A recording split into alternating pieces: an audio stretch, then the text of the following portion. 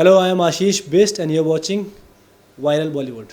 Sir thank you sir speaking to us. Sir क्या कहना चाहेंगे सर, आपकी फिल्म आने वाली है शब 14 जुलाई को, उसके बारे में कुछ बताना चाहेंगे, किस तरह का कैरेक्टर है आप? मेरी फिल्म आने वाली है 14 जुलाई को शब, और जो मेरा उसमें कैरेक्टर है एक छोटे से गांव से बड़े शहर में आता है मॉडलिंग करने के लिए, बड़े सारे सपने लेके कि हाँ वो एक बड़ा मॉडल बनना, मतलब एक होता है ना ड्रीम होता है, एक फ़ाइट होती है कि मुझे बड़े शहर में मॉडल बनना है। फिर वो उस शहर में आने के बाद कैसे वो उस सोसाइटी के अंदर घुसने के लिए कैसे अपने आप को चेंज करता है, अपनी इनोसेंस को खोता है और अपने आप को बदलता है, डबल लाइफ जीता है कि है कुछ और बन कुछ और रहा है।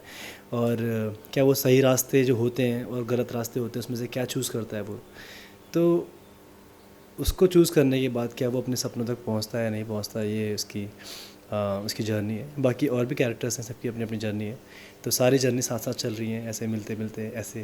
तो ओनर की मोस्टली फिल्में होती हैं कि कॉम्प्लेक्स रिलेशनशिप, बहुत सारे रिलेशन को एक साथ वो मिक्स मैच करके वो स्टोरी कैसे सबकी लाइफ में डिफरेंट डिफरेंट मतलब इमोशन सेम है लेकिन कैसे लाइफ डबल डबल जी रहे हैं सारे के सारे।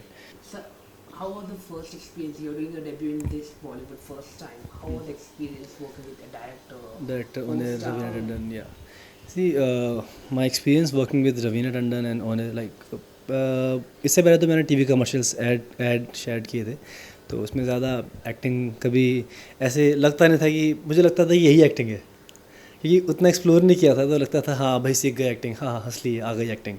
लेकिन जब फिल्म के ऑडिशन शुरू हुए तो लगा कि अरे यार एक्टिंग तो आती नहीं है, मतलब बहुत ख़राब है। फिर जो ओनर जो डायरेक्टर हैं वो हमेशा अपनी फिल्म में बहुत रियल सटल एक्टिंग और ओवर द टॉप नहीं जाने को बोलते, काटने को बोलते हैं एक्स्ट्रा एक्टिंग। तो बहुत सारी एक्टिंग वर्कशॉप हुई थी, और रवीना के साथ जब मैंने पहला शूट शुरू किया था तो मैं उनसे फिल्म से पहले कभी मिला नहीं था, तो मेरी और रवीना मैम की कोई वर्कशॉप हुई नहीं थी।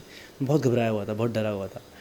लेकिन उनकी अच्छी बात यह है कि वो कभी ऐसे वो इस तरह से बात करती है, ओए कैसा है तू, वो तू जरा, तो ऐसा लगता है दोस्त बुला रहा है, ऐसा मतलब पुराना दोस्त है। तो ऐसे ना घबराहट थी वो ख़त्म हो गई, ऐसा लगा कि किसी दोस्त के साथ शूट कर रहे हैं। पूछो आप कुछ पूछना चाहते हो, आपके अंदर से एक आवाज़ आ रही है। doing a romance with the Raveena Tandon. She is very senior actor. So, did you face, as you said, your first time you were doing acting, and you feel uncomfortable while doing acting also? So, did you feel uncomfortable while doing a romance with Raveena ma'am? We've seen very bold image you are in the trailer and song also. देखो यार, मतलब acting करने में ही मैं इतना घबरा गया था उनके साथ, क्योंकि ये वो बचपन से देखते आए हैं, टिप टिप बरसा पानी सावन में तो बचपन से एक बड़ी फैंटेसी थी कि रवीना टंडन ये मटक मटक जैसे, और सारे हम सब दोस्त जाते थे फिल्म देखने के लिए उनकी।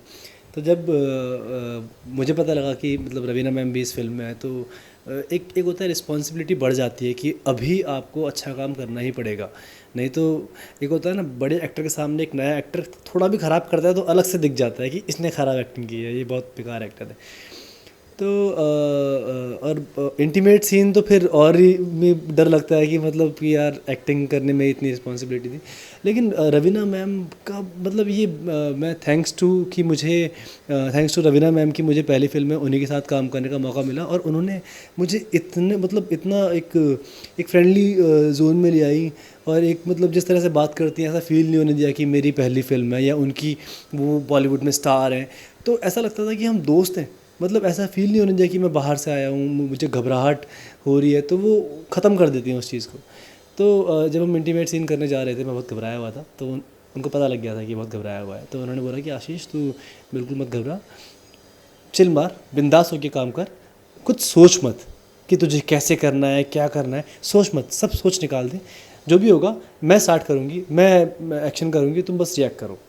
ओके जैसे कि हमने देखा फिल्म की कहानी, एक मॉडल की कहानी आपने जिस तरह से बताया है, तो आप as a new star also आप है अभी इस बॉलीवुड में, तो कितना को रिलेट करते हैं इस किरदार को आप?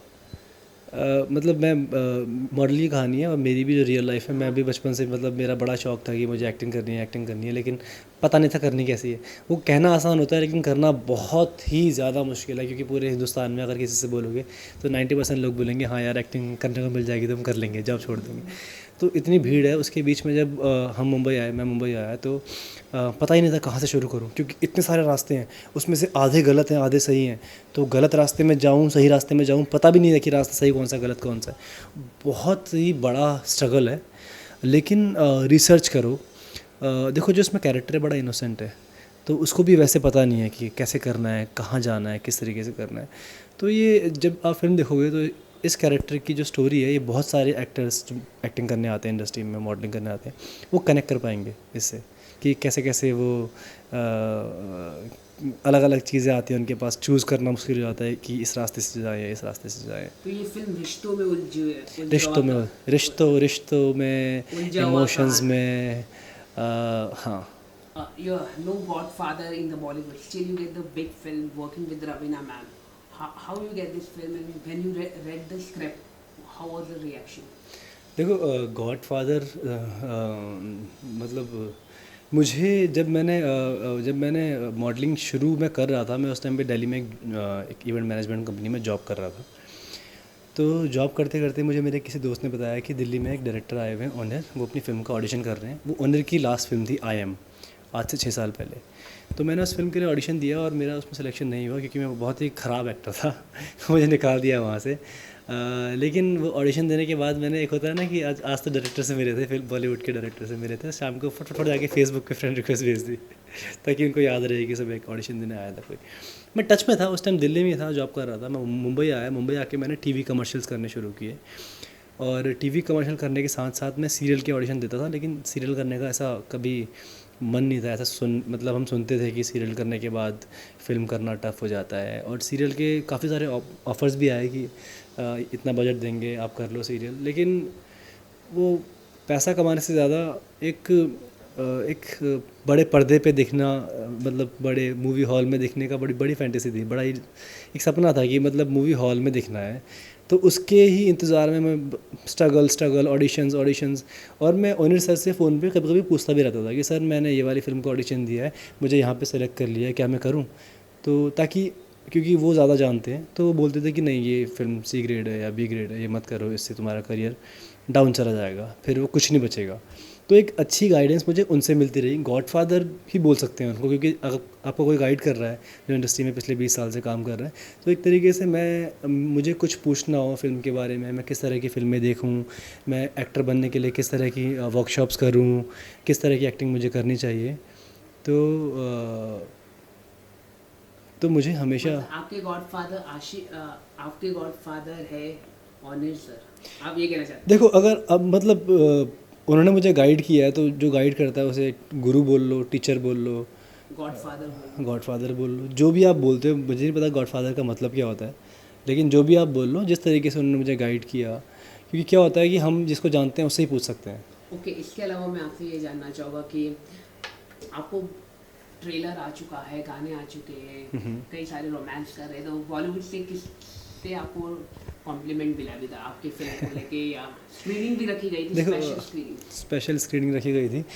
जिन्होंने फ़िल्म देखी है सबको फ़िल्म बहुत पसंद आई है। मैं बड़ा उस अंदाज में बोलता हूँ ना, जिन्होंने फ़िल्म देखी, थोड़ा वो रिपीट मोड में चले गए हैं, बहुत सारे आंसर रिपीट जा रहे हैं।